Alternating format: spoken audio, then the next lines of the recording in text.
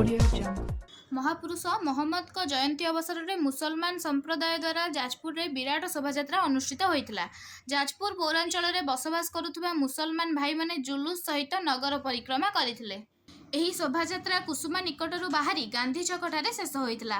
एही शोभायात्रा भवप्रसाद दास, कर्णाटकेश्वरी दास, जाजपुर पौरपालिकार उपाध्यक्ष संतोष कुमार मल्लिक जोग देथिले।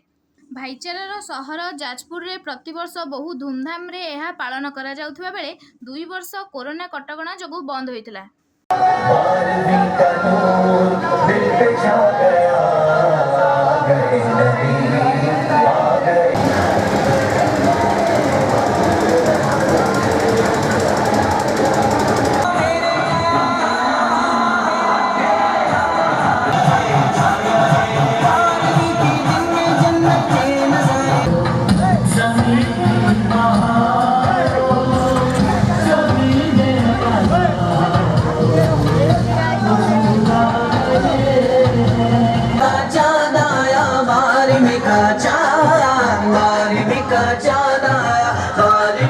चांद